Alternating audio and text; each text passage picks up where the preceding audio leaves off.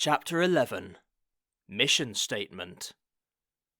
In which Lord Vetinari gives advice, Mr. Lipwig's bad memory, evil criminal genius's difficulty with finding property, Mr. Groat's fear of bathing, and a discussion on explosive underwear, Mr. Pony and his flimsies, the board debates, Guilt decides, Moist von Lipwig attempts the impossible.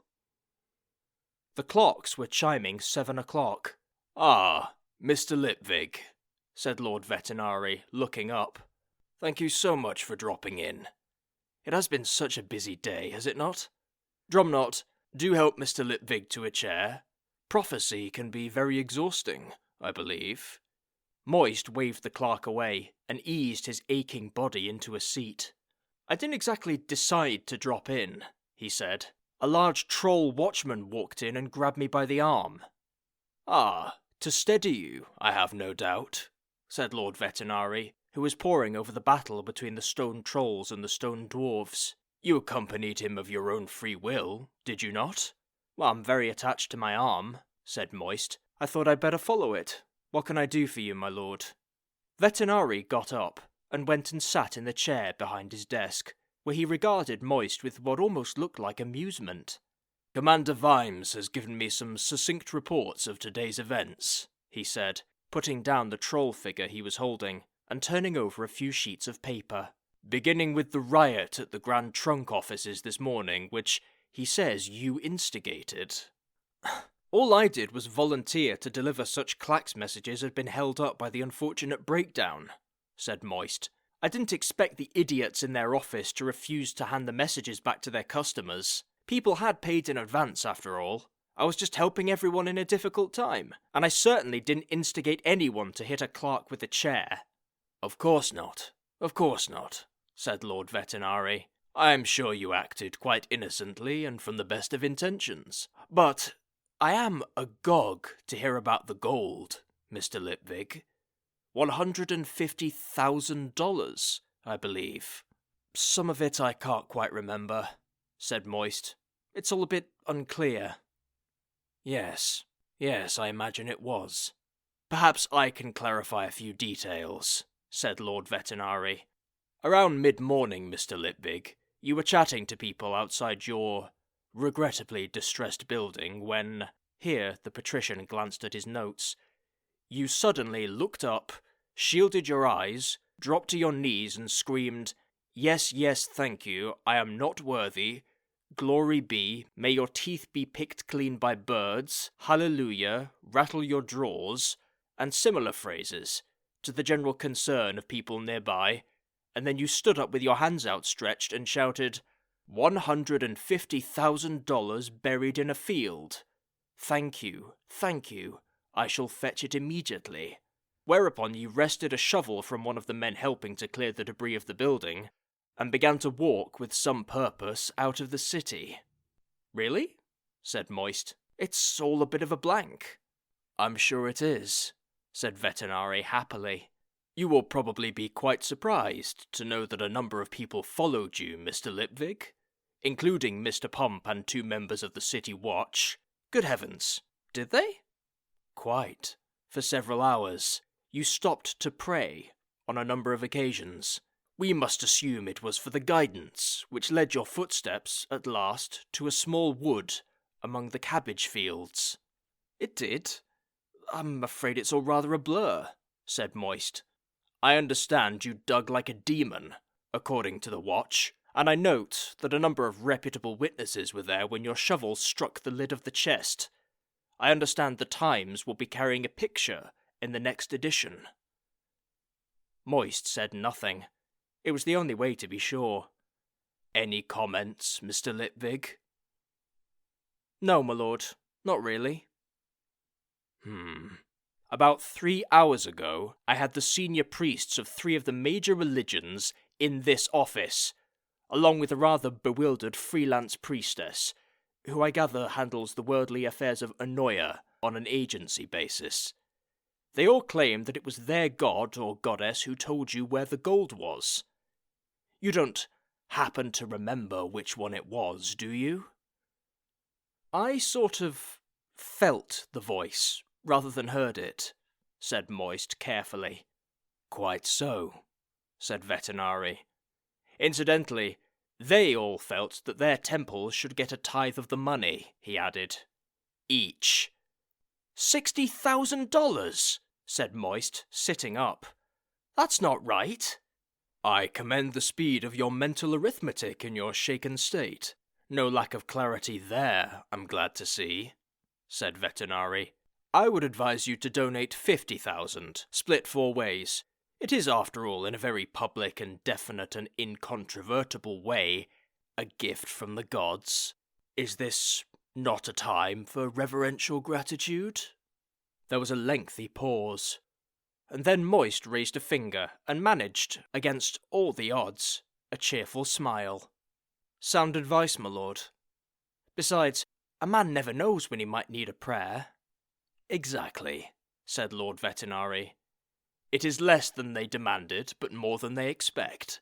And I did point out to them that the remainder of the money was all going to be used for the civic good. It is going to be used for the civic good, isn't it, Mr. Lipvig? Oh, yes, indeed. That is just as well, since currently it's sitting in Commander Vimes's cells. Vetinari looked down at Moist's trousers. I see you still have mud all over your lovely golden suit, Postmaster. Fancy all that money being buried in a field, and you can still remember nothing about how you got there? Vetinari's expression was getting on Moist's nerves. You know, he thought. I know you know. You know I know you know. But I know you can't be certain. Not certain. Well, there was an angel, he said. Indeed. Any particular kind? The kind you only get one of, I think, said Moist. Ah, good. Well, then it all seems very clear to me, said Vetinari, sitting back. It is not often a mortal man achieves such a moment of glorious epiphany, but I am assured by the priests that such a thing could happen, and who should know better than they? Anyone even suggesting that the money was in some way obtained in some wrong fashion will have to argue with some very turbulent priests, and also, I assume, find their kitchen drawers quite impossible to shut. Besides, you are donating the money to the city. He held up his hand when Moist opened his mouth and went on. That is, the post office. So the notion of private gain does not arise. There appears to be no owner for the money, although so far, of course, 938 people would like me to believe it belongs to them. Such is life in Ankh-Morpork. So, Mr. Lipvig, you are instructed to rebuild the post office as soon as possible. The bills will be met, and since the money is effectively a gift from the gods, there will be no drain on our taxes. Well done, Mr. Lipvig. Very well done. Don't let me detain you. Moist actually had his hand on the door handle, when the voice behind him said, Just one minor thing, Mr. Lipvig. He stopped. Yes, sir? It occurs to me that the sum which the gods so generously have seen fit to bestow upon us does, by pure happenstance, approximate to the estimated haul of a notorious criminal, which, as far as I know, has never been recovered. Moist stared at the woodwork in front of him. Why is this man ruling just one city? He thought. Why isn't he ruling the world? Is this how he treats other people? It's like being a puppet. The difference is, he arranges for you to pull your own strings. He turned, face carefully deadpan. Lord Vetinari had walked over to his game. Really, sir? Who was that then? He said. One Albert Spangler, Mr. Lipvig. He's dead, sir, said Moist. Are you sure? Yes, sir. I was there when they hanged him. Well remembered, Mr. Lipvig, said Vetinari, moving a dwarf all the way across the board. Damn, damn, damn, Moist shouted, but only for internal consumption. He'd worked hard for that money. Well, the banks and merchants had worked hard. Well, somewhere down the line, someone had worked hard for that money, and now a third of it had been, well, stolen. That was the only word for it. Moist experienced a certain amount of unrighteous indignation about this. Of course, he would have given most of it to the post office. That was the whole point. But you could construct a damn good building for a lot less than $100,000, and Moist had been hoping for a little something for himself. Still, he felt good. Perhaps this was that wonderful warm feeling people talked about. And what would he have done with the money? He'd never had time to spend it in any case. After all, what could a master criminal buy? There was a shortage of seaside properties with real lava flows near a reliable source of piranhas, and the world sure as hell didn't need another Dark Lord, not with Guilt doing so well. Guilt didn't need a tower with 10,000 trolls camped outside. He just needed a ledger and a sharp mind. It worked better, was cheaper, and he could go out and party at night. Handing all that gold over to a copper had been a difficult thing to do, but really there was no choice. He'd got them by the short and curlies anyway. No one was going to stand up and say the gods didn't do this sort of thing. True, they'd never done it so far, but you could never tell with gods. Certainly there were queues outside the 3 temples, once the Times had put out its afternoon edition. This had presented a philosophical problem to the priesthoods. They were officially against people laying up treasures on earth, but they had to admit it. It was always good to get bums on pews, feet in sacred groves, hands rattling drawers, and fingers being trailed in the baby crocodile pool. They settled, therefore, for a kind of twinkle-eyed denial that it could happen again, while hinting that, well, you never know, ineffable are the ways of gods, eh? Besides, petitioners standing in line with their letter asking for a big bag of cash were open to the suggestions that those most likely to receiveth were the ones who had already giveth, and got the message once you'd tapped them on the head with the collecting plate a few times. Even Miss Extremely Amume, whose small, multi-purpose temple over a bookmaker's office in Cable Street handled the everyday affairs of several dozen minor gods, was doing good business among those prepared to back an outside chance. She'd hung a banner over the door. It read, "It could be you." It couldn't happen, it shouldn't happen. But you never knew. This time it might. Moist recognised that hope. It was how he'd made his living. You knew that the man running the Find the Lady game was going to win. You knew that people in distress didn't sell diamond rings for a fraction of their value. You knew that life generally handed you the sticky end of the stick. And you knew that the gods didn't pick some everyday undeserving tit out of the population and hand them a fortune. Except that, this time, you might be wrong, right? It might just happen. Yes? And this was known as that greatest of treasures, which is hope. It was a good way of getting poorer really very quickly, and staying poor. It could be you, but it wouldn't be. Now, Moist von Lipwig headed among Attic B Street, towards the Lady Sybil Free Hospital. Heads turned as he went past. He'd never been off the front page for days after all. He just had to hope that the winged hat and golden suit were the ultimate in furniture. People saw the gold, not the face. The hospital was still being built, as all hospitals are, but it had its own queue at the entrance. Moist dealt with that by ignoring it and going straight in. There were, in the main hallway, people who looked like the kind of people whose job it is to say, "Oi you," when other people just wander in. But Moist generated his personal "I'm too important to be stopped" field, and they never quite managed to frame the words. And of course, once you got past the doorway demons of any organisation, people just assumed you had a right to be there and gave you directions. Mr. Grote was in a room by himself.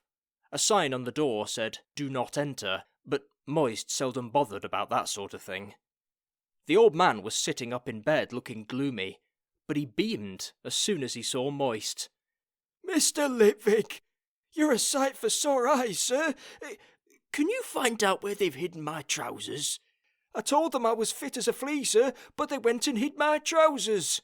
Help me out of here before they carry me away to another bath, sir. A bath, sir." "They have to carry you," said Moist. "Can't you walk, Tolliver?" "Oh, yes, sir, but I fights 'em, sir. A bath, sir? From women? Ogling at my trumpet and skittles? I call that shameless. Everyone knows soap kills the natural effulgences, sir. Oh, sir, they're holding me prisoner, sir. They'd give me a trouserectomy, sir. Please calm down, Mr. Grote, said Moist urgently. The old man had gone quite red in the face. You're all right, then? Just a scratch, sir. Look. Grote unfastened the buttons of his nightshirt. See? He said triumphantly. Moist nearly fainted. The Banshee had tried to make a noughts and crosses board out of the man's chest. Someone else had stitched it neatly. Nice job of work, I'll give 'em that, Grote said grudgingly. But I've got to be up and doing, sir. Up and doing. Are you sure you're all right? Said Moist, staring at the mess of scabs. Right as rain, sir. I told 'em if a Banshee can't get at me through me chest protector, none of their damned invisible little biting demons are going to manage it. I bet it's all going wrong, sir, with Aggie bossing people around. I bet it is. I bet you really need me. Right, sir? Yes, said Moist. Are they giving you medicine? Huh! They call it medicine, sir. They gave me a lot of old mumbo pocus about it being wonderful stuff, but it's got neither taste nor smell if you want my opinion. They say it'll do me good, but I told 'em it's hard work that does me good, sir. Not sitting in soapy water with young women looking at me rattle and flute. And they took my hair away. They called it unhygienic, sir. What a nerve. All right, it moves about a bit of its own accord, but that's only natural. I've had my hair a long time, sir. I'm used to its funny little ways. What is going on here? Said a voice, full of offended ownership. Moist turned. If one of the rules that should be passed on to a young man is don't get mixed up with crazy girls who smoke like a bellows, another one should be run away from any woman who pronounces what with 2 H's. This woman might have been 2 women. She certainly had the cubic capacity, and since she was dressed entirely in white, rather looked like an iceberg, but chillier, and with sails, and with a headdress stretched to a cutting edge. 2 smaller women stood behind and on either side of her, in definite danger of being crushed if she stepped backwards. I've come to see Mr. Grote, said Moist weakly, while Grote gibbered and pulled the bedclothes over his head. Quite impossible. I am the matron here, young man, and I must insist that you leave at once. Mr. Grote is in an extremely unstable condition. He seems fine to me, said Moist. He had to admire the look the matron gave him. It suggested that Moist had just been found adhering to the sole of her shoe. He returned it with a chilly one of his own. Young man, his condition is extremely critical, she snapped. I refuse to release him. Madam, illness is not a crime, said Moist. People are not released from hospital. They are discharged. The woman drew herself up and out, and gave Moist a smile of triumph. That, young man, is what we are afraid of. Moist was sure doctors kept skeletons around to cow patients. Naya, Naya, we know what you look like underneath. He quite approved, though. He had a certain fellow feeling. Places like the Lady Sybil were very rare these days, but Moist felt certain he could make a profitable career out of wearing a white robe, using long learned names for ailments like runny nose, and looking solemnly at things in bottles. On the other side of the desk, a Dr. Lorne, he had his name on a plate on his desk, because doctors are very busy and can't remember everything, looked up from his notes on Tolliver Grote. It was quite interesting, Mr. Litvig. It was the first time I've ever had to operate to remove the patient's clothing, he said. You don't happen to know what the poultice was made of, do you? He wouldn't tell us. I believe it's layers of flannel, goose grease and bread pudding, said Moist, staring around the office. Bread pudding? Really? Bread pudding? Apparently so, said Moist. Not something alive, then? It seemed leathery to us, said the doctor, leafing through the notes. Ah, yes, here we are. His trousers were the subject of a controlled detonation after one of his socks exploded. We're not sure why. He fills them with sulphur and charcoal to keep his feet fresh, and he soaks his trousers in saltpeter to prevent gnats," said Moist. "He's a great believer in natural medicine, you see. He doesn't trust doctors." "Really?" said Dr. Lorne. "He retains some vestige of sanity, then. Incidentally, it's wisest not to argue with the nursing staff. I find the wisest course of action is to throw some chocolates in one direction and hurry off in the other while their attention is distracted. Mr. Grote thinks that every man is his own physician, I gather." "He makes his own medicines," Moist explained. "He starts every day with a quarter of a pint of gin, mixed with spirits of nitre, flower of sulphur, juniper, and the juice of an onion. He says it clears the tubes." "Good heavens, I'm sure it does. Does he smoke at all?" Moist considered this. "No, it looks more like steam," he said. "And his background in basic alchemy is non-existent, as far as I know," said Moist. "He makes some interesting cough sweets, though. After you've sucked them for 2 minutes, you can feel the wax running out of your ears. He paints his knees with some sort of compound of iodine, and—" "Enough," said the doctor. "Mr. Lipvig, there are times when we humble practitioners of the craft of medicine have to stand aside in astonishment. Quite a long way aside in the case of Mr. Grote, and preferably behind a tree. Take him away, please. I have to say that, against all the odds, I found him amazingly healthy. I can quite see why an attack by a banshee would be so easily shrugged off. In fact, Mr. Grote is probably unkillable by any normal means, although I advise you not to let him take up tap dancing. Oh, and do take his wig, will you? We tried putting it in a cupboard, but it got out. We'll send the bill to the post office, shall we?" "I thought this said free hospital on the sign," said Moist. "Broadly, yes, broadly," said Dr. Lorne. "But those on whom the gods have bestowed so many favours, 150,000 of them, I heard, probably have had all the charity they require, And it's all sitting in the watch's cells," thought Moist. He reached into his jacket and produced a crumpled wad of green Ankh-Morpork $1 stamps. "Will you take these?"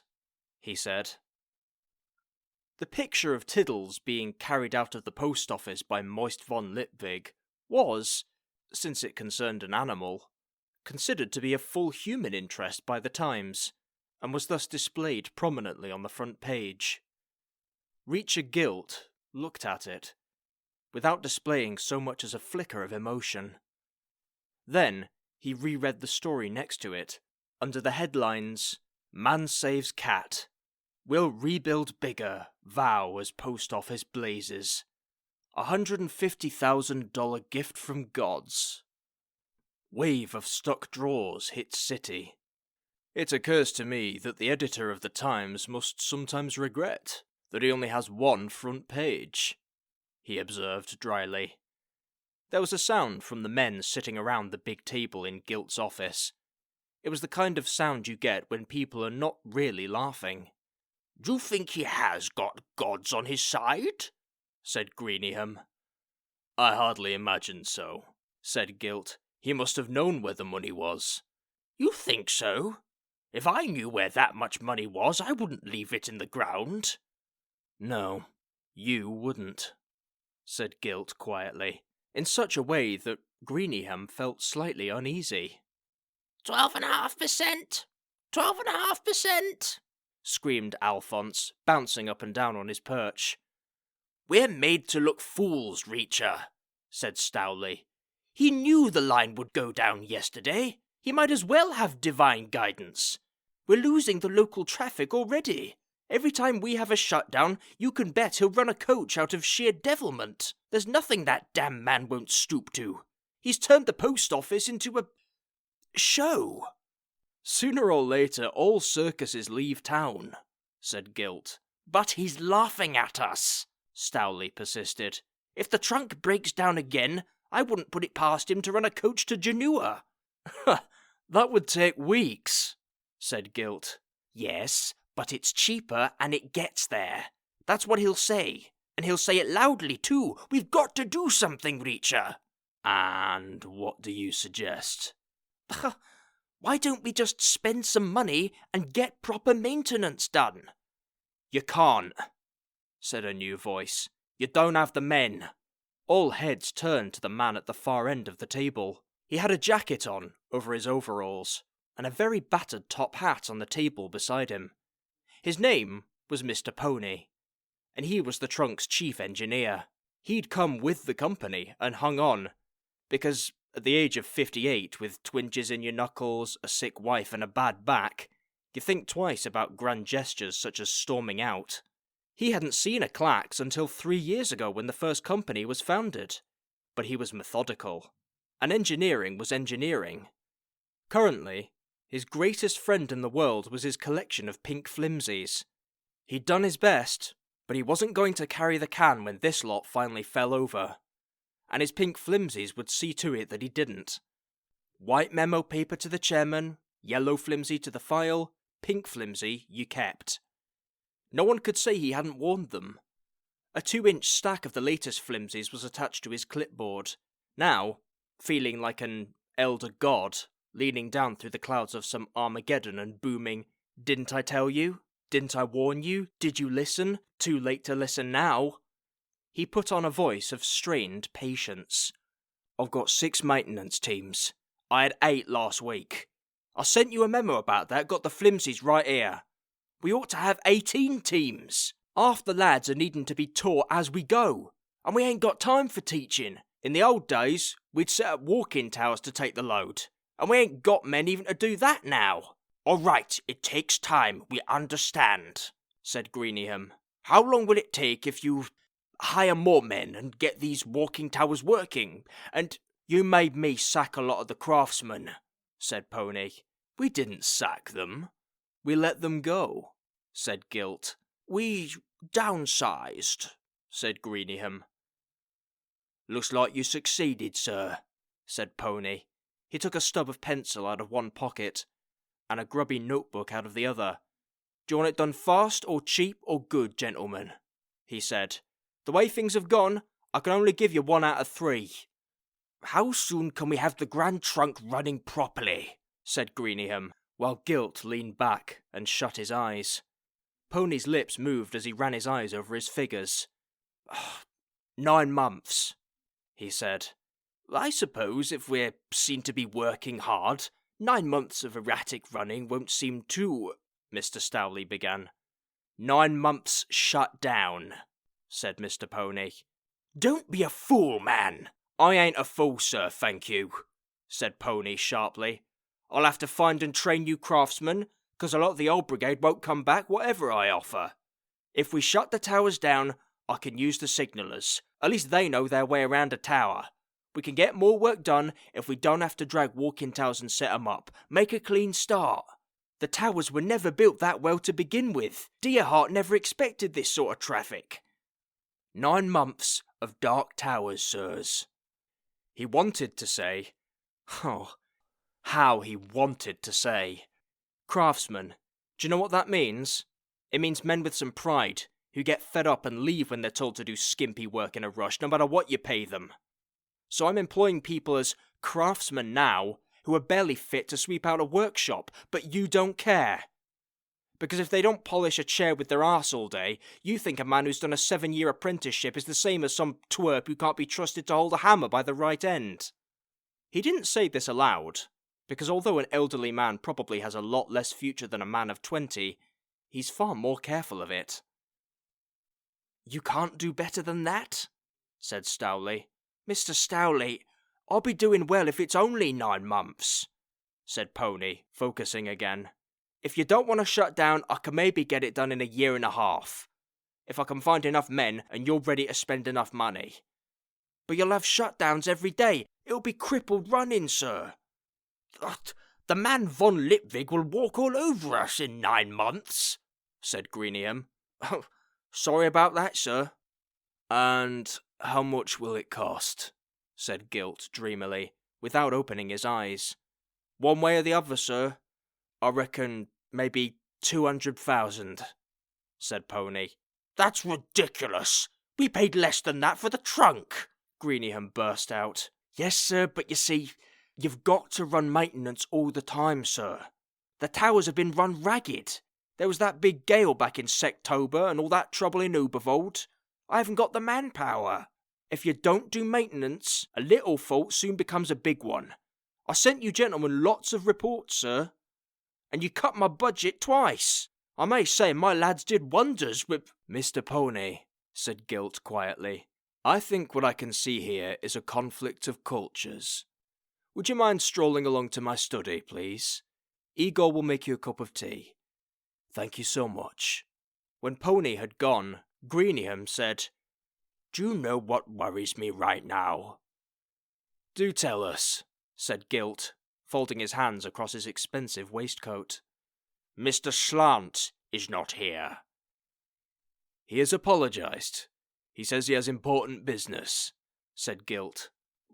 We're his biggest clients. What's more important than us?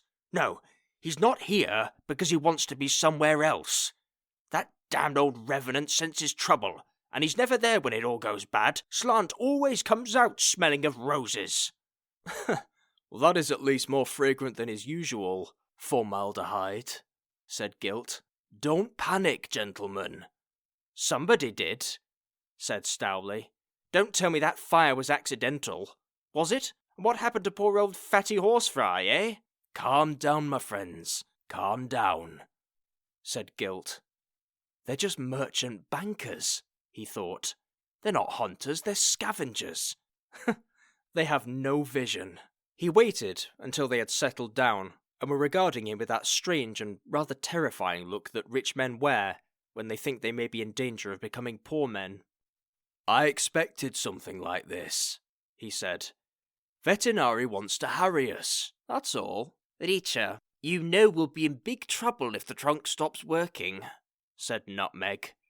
Some of us have debts to service. If the trunk fails for good, then people will ask questions. Oh, those pauses, thought Gilt. Embezzlement is such a difficult word. Most of us had to work very hard to raise the cash, said Stowley. Yes, keeping a straight face in front of your clients must be tricky, Gilt thought. Aloud, he said, I think we have to pay, gentlemen. I think we do. 200,000? said Greenham. Where do you think we can get that sort of money? You got it before, murmured Gilt. And what is that supposed to mean, pray? said Greenham, with just a little too much indignation. Poor Crispin came to see me the night before he died, said Gilt, as calmly as 6 inches of snow. Babbled about, all sorts of wild things they hardly bear repeating. I think he believed people were after him. He did, however, insist on pressing a small ledger on me. Needless to say, it is safely locked away. The room fell silent. Its silence made deeper and hotter by a number of desperate men thinking hard and fast. They were, by their own standards, honest men, in that they only did what they knew or suspected that everyone else did, and there was never any visible blood. But just now, there were men far out on a frozen sea who just heard the ice creak. I strongly suspect it will be a bit less than 200,000, said Gilt. Pony would be a fool if he didn't leave a margin. You didn't warn us about this, Reacher, said Stowley resentfully. Gilt waved his hands. We must speculate to accumulate, he said. The post office? Trickery and sleight of hand. Oh, von Lipwig is an ideas man, but that's all he is. He's made a splash, but he's not got the stamina for the long haul. Yet, as it turns out, he will do us a favour. Perhaps we have been a little smug, a little lax, but we have learned our lesson. Spurred by the competition, we are investing several $100,000. Several hundred? Said Greenham. Gilt waved him into silence and continued. Several $100,000 in a challenging, relevant, and exciting systemic overhaul of our entire organisation, focusing on our core competencies. while maintaining full and listening cooperation with the communities we are proud to serve. We fully realise that our energetic attempts to mobilise the flawed infrastructure we inherited have been less than totally satisfactory, and hope and trust that our valued and loyal customers will bear with us in the coming months as we interact synergistically with change management in our striving for excellence. That is our mission. An awed silence followed. And thus, we bounce back, said Gilt.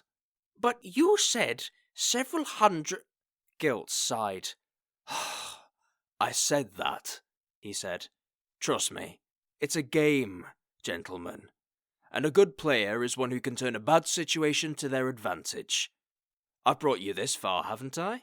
A little cash and the right attitude will take us the rest of the way. I'm sure you can find some more money, he added, from somewhere it won't be missed. This wasn't silence. It went beyond silence. What are you suggesting? Said Nutmeg. Embezzlement, theft, breach of trust, misappropriation of funds. People can be so harsh, said Gilt. He threw open his arms again, and a big friendly smile emerged, like the sun breaking through storm clouds. Like the sun breaking through storm clouds. Gentlemen, I understand. Money was made to work, to move, to grow, not to be locked up in some vault. Poor Mr. Horsefry, I believe, did not really understand that. So much on his mind, poor fellow. But we are businessmen. We understand these things, my friends. He surveyed the faces of men who now knew that they were riding a tiger. It had been a good ride until a week or so ago. It was not a case of not being able to get off. They could get off. That was not the problem. The problem was that the tiger knew where they lived. Poor Mr. Horsefry. There had been rumours. In fact, they were completely unsubstantiated rumours, because Mr. Gryle had been excessively good at his job when pigeons weren't involved, had moved like a shadow with claws, and, while he'd left a faint scent, it had been masked by the blood.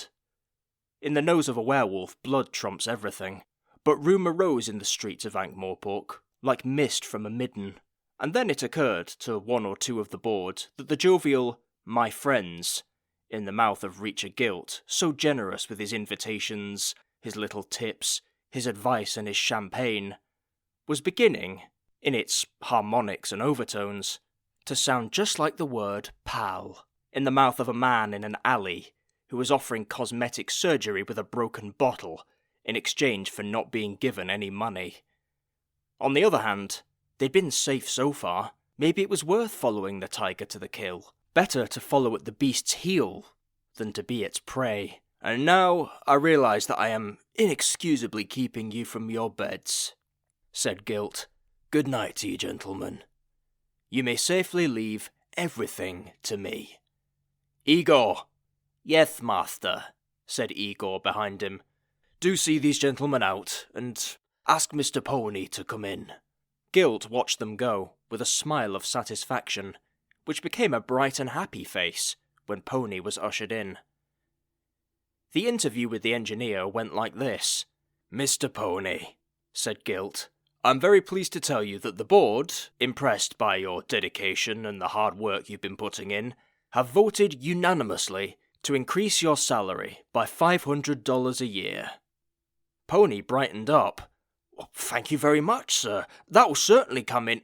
However, Mr. Pony, as part of the management of the Grand Trunk Company, and we do think of you as part of the team, we must ask you to bear in mind our cash flow. We cannot authorise more than $25,000 for repairs this year. That's only about $70 a tower, sir, the engineer protested. Is it really? I told them you wouldn't accept that, said Gilt. Mr. Pony is an engineer of integrity, I said. He won't accept a penny less than 50,000, I told them. Pony looked hunted. I couldn't really do much of a job, sir, even for that. I could get some walk-in tower teams out there, yes, but most of the mountain towers are living on borrowed time as it is. We're counting on you, George, said Gilt. Well, I suppose... Could we have the hour of the dead back, Mr. Gilt? I really wish you wouldn't use that fanciful term, said Gilt. It really does not present the right image. Oh, sorry, sir, said Pony, but I still need it. Gilt drummed his fingers on the table. You're asking a lot, George, you really are. That's revenue flow we're talking about. The board won't be very pleased with me if I think I've got to insist, Mr. Gilt, said Pony, looking at his feet. And what could you deliver? Said Gilt. That's what the board will want to know.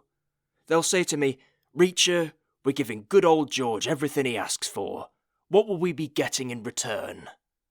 Forgetting, for the moment, that it was a quarter of what he'd asked for, good old George said, Well, we could patch up all round and get some of the really shaky towers back into some sort of order, especially 99 and 201. Oh, there's just so much to do.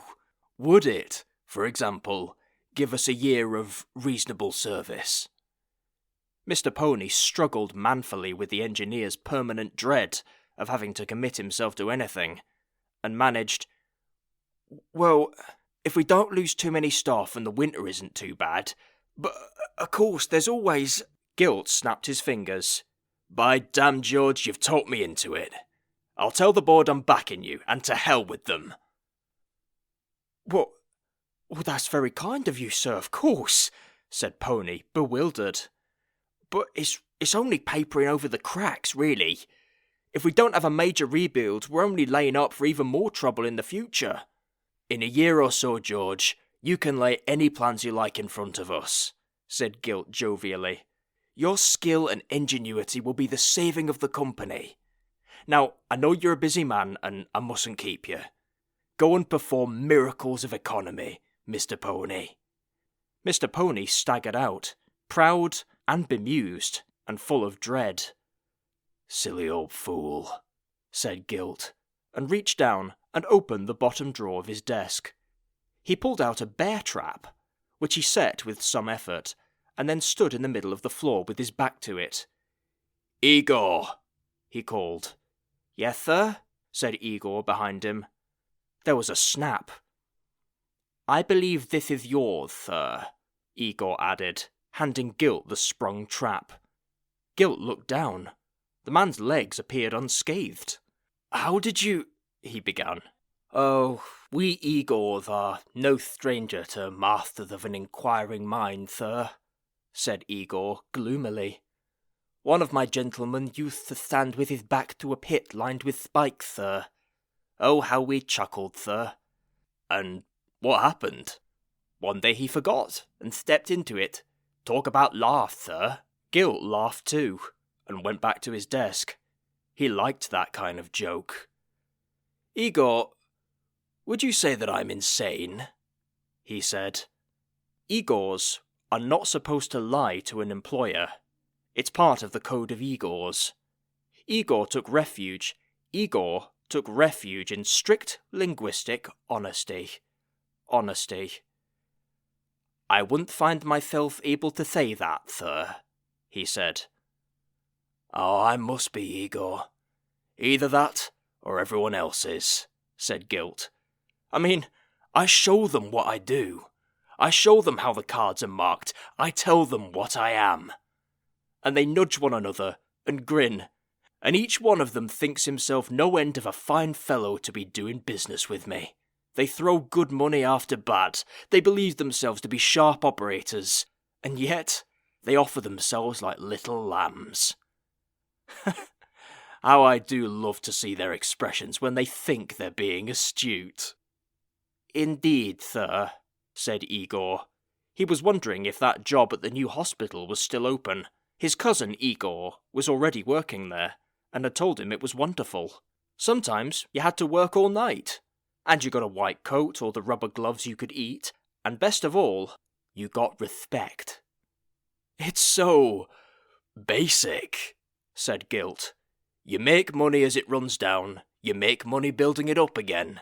You might even make a little money running it, and then you sell it to yourself when it collapses.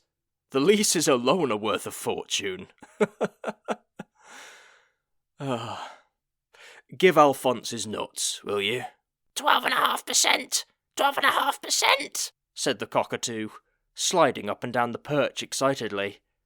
Certainly, sir, said Igor, taking a bag out of his pocket and advancing cautiously. Alphonse had a beak like a pair of shears. Or maybe try veterinary work with my other cousin Igor, Igor thought. That was a good traditional area, certainly. Pity about all that publicity when the hamster smashed its way out of the treadmill and ate that man's leg before flying away, but that was progress for you. The important thing was to get out before the mob arrived, and when your boss started telling thin air how good he was, that was the time. Hope is the curse of humanity, Igor, said Gilt, putting his hands behind his head. Could be, sir, said Igor, trying to avoid the horrible curved beak. The tiger does not hope to catch its prey, nor does the gazelle hope to escape the claws. They run, Igor. Only the running matters. All they know is that they must run. And now, I must run along to those nice people at the Times, to tell everyone about our bright future. Get the coach out, will you? Certainly, sir. If you will excuse me, I will go and fetch another finger. I think I'll head back to the mountains, he thought, as he went down to the cellar. At least a monster there has the decency to look like one. Flares around the ruins of the post office made the night brilliant. The golems didn't need them, but the surveyors did. Moist had got a good deal there. The gods had spoken, after all. It'd do a firm no harm at all to be associated with this phoenix of a building. In the bit that was still standing, shored up and tarpaulined, the post office, that is, the people who were the post office, worked through the night. In truth, there wasn't enough for everyone to do, but they turned up anyway to do it. It was that kind of night. You had to be there, so that later you could say, "And I was there that very night." Moist knew he ought to get some sleep, but he had to be there too, alive and sparkling. It was amazing. They listened to him. They did things for him. They scuttled around as if he was a real leader, and not some cheat and fraud. And there were the letters. Oh, the letters hurt. More and more were coming in, and they were addressed to him. The news had got round the city. It had been in the paper. The gods listened to this man. We will deliver to the gods themselves. He was the man with the gold suit and the hat with wings. They'd made a crook the messenger of the gods, and piled on his charred desk the sum of all their hopes and fears. Badly punctuated, true, and in smudged pencil or free post office ink, which had spluttered across the paper in the urgency of writing. They think you're an angel, said Miss Dearheart, who was sitting on the other side of the desk and helping him sort through the pathetic petitions. Every half hour or so, Mr. Pomp brought up some more. Well, I'm not, snapped Moist. You speak to the gods, and the gods listen, said Miss Dearheart, grinning. They told you where the treasure was. Now that's what I call religion. Incidentally, how did you know the money was there? You don't believe in any gods? No, of course not. Not while people like Reacher Gilt walk under the sky. All there is us. The money? I can't tell you, said Moist. Have you read some of these letters? Said Miss Dearheart. Sick children, dying wives. Some just want cash, said Moist hurriedly, as if that made it better. Whose fault is that, Slick? You're the man who can tap the gods for a Wadawanga. So what shall I do with all these prayers? Said Moist. Deliver them, of course. You've got to. You are the messenger of the gods. And they've got stamps on. Some of them are covered in stamps. It's your job. Take them to the temples. You promised to do that. I never promised to. You promised to when you sold them the stamps. Moist almost fell off his chair. She'd wielded the sentence like a fist. And it'll give them hope, she added, rather more quietly. False hope, said Moist, struggling upright. Maybe not this time, said Miss Dearheart. That's the point of hope. She picked up the battered remains of Anghammerad's armband. He was taking a message across the whole of time. You think you've got it tough? Mr. Lipvig! The voice floated up from the hall, and at the same time, the background noise subsided, like a bad soufflé. Moist walked over to where a wall had once been. Now, with the scorched floorboards creaking underfoot, he looked right down into the hall. A small part of him thought, we'll have to put a big picture window here when we rebuild. This is just too impressive for words. There was a buzz of whispering, and a few gasps. There were a lot of customers too. Even in the early foggy hours, it's never too late for a prayer. "Is everything all right, Mr. Grote?" he called down. Something white was waved in the air. "Early copy of the Times, sir," Grote shouted. "Just in. Gilt's all over the front page, sir. Where you ought to be, sir. You won't like it, sir." If Moist von Lipvig had been raised to be a clown, he'd have visited shows and circuses and watched the kings of fooldom. He'd have marvelled at the elegant trajectory of the custard pie, memorised the new business with the ladder and the bucket of whitewash, and watched with care every carelessly juggled egg. While the rest of the audience watched the display with the appropriate feelings of terror, anger, and exasperation, he'd make notes. Now, like an apprentice staring at the work of a master, he read Reacher Gilt's words on the still damp newspaper. It was garbage, but it had been cooked by an expert. Oh yes. You had to admire the way perfectly innocent words were mugged, ravished, stripped of all true meaning and decency, and then sent to walk the gutter for Reacher Gilt, although, synergistically, had probably been a whore from the start. The Grand Trunk's problems were clearly the result of some mysterious spasm in the universe, and had nothing to do with greed, arrogance, and willful stupidity. Oh, the Grand Trunk management had made mistakes. Well-intentioned judgments, which, with the benefit of hindsight, might regrettably have been, in some respects, in error. But these had mostly occurred, it appeared, while correcting fundamental systemic errors committed by the previous management. No one was sorry for anything, because no living creature had done anything wrong. Bad things had happened by spontaneous generation, in some weird, chilly, geometrical otherworld, and were to be regretted. Another bastard phrase that'd sell itself to any weasel in a tight corner. The Times reporter had made an effort, but nothing short of a stampede could have stopped Reacher Gilt in his crazed assault on the meaning of meaning. The Grand Trunk was about people, and the reporter had completely failed to ask what that meant exactly. And then there was this piece called Our Mission. Moist felt the acid rise in his throat until he could spit lacework in a sheet of steel. Meaningless, stupid words from people without wisdom or intelligence or any skill beyond the ability to water the currency of expression. Oh, the Grand Trunk was for everything, from life and liberty to Mum's homemade distressed pudding. It was for everything, except anything. Through a pink mist, his eye caught the line, "Safety is our foremost consideration." Why hadn't the lead type melted? Why hadn't the paper blazed rather than be part of this obscenity? The press should have buckled. The roller should have cleaved onto the platen. That was bad. But then he saw Gilt's reply to a hasty question about the post office. Reacher Gilt loved the post office, and blessed its little cotton socks. He was very grateful for its assistance during this difficult period, and looked forward to future cooperation, although of course the post office in the real modern world would never be able to compete on anything other than a very local level. Mind you, someone has to deliver the bills. Ho! It was masterly. The bastard! Are you okay? Could you stop shouting? Said Miss Dearheart. What? The mists cleared. Everyone in the hall was looking at him, their mouths open, their eyes wide. Watery ink dripped from post office pens, stamps began to dry on tongues.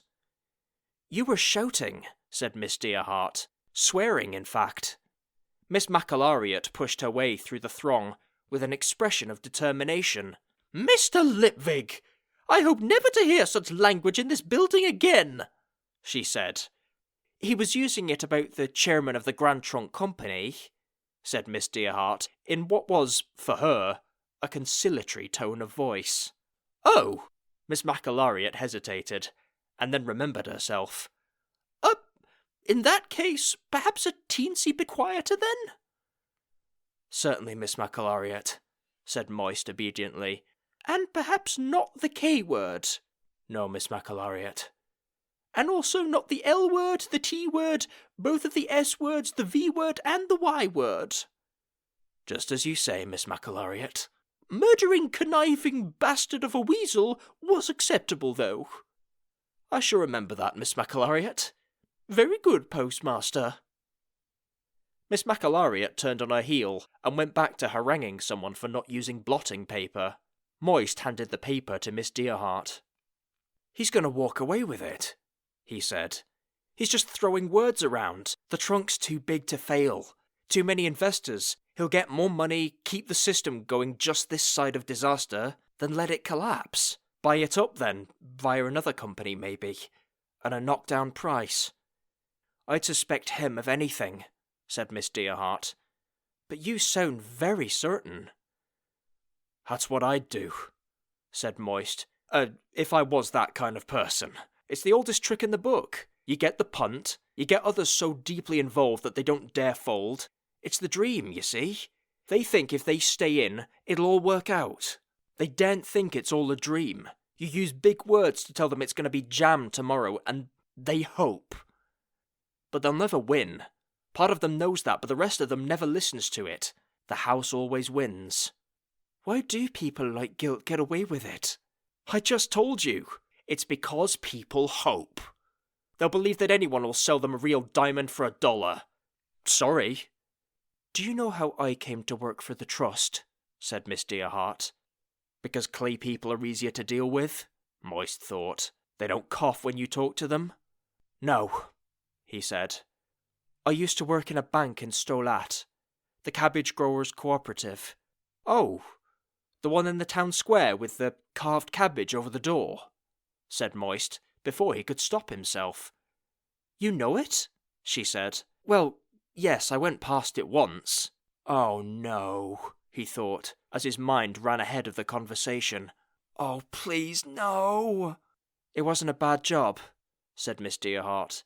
In our office we had to inspect drafts and checks, looking for forgeries, you know. And one day I let 4 through. 4 fakes. It cost the bank $2,000. They were cash drafts, and the signatures were perfect. I got sacked for that. They said they had to do something, otherwise the customers would lose confidence. It's not fun, having people think you may be a crook, and that's what happens to people like us. People like Guilt always get away with it. Are you all right? Said Moist. You look a bit off-colour. That had been a good day, Moist thought. At least, up until now it had been a good day. He'd been quite pleased with it at the time. You weren't supposed ever to meet the people afterwards. God's damn Mr. Pump and his actuarial concept of murder. He sighed. Oh well, it had come to this. He'd known it would. Him and Guilt, arm wrestling to see who was the biggest bastard. This is the country edition of the Times, he said. They don't go to press with the city edition for another 90 minutes in case of late-breaking news. I think I can wipe the smile off his face at least. What are you going to do? Said Miss Dearheart. Moist adjusted the winged hat. Attempt the impossible, he said.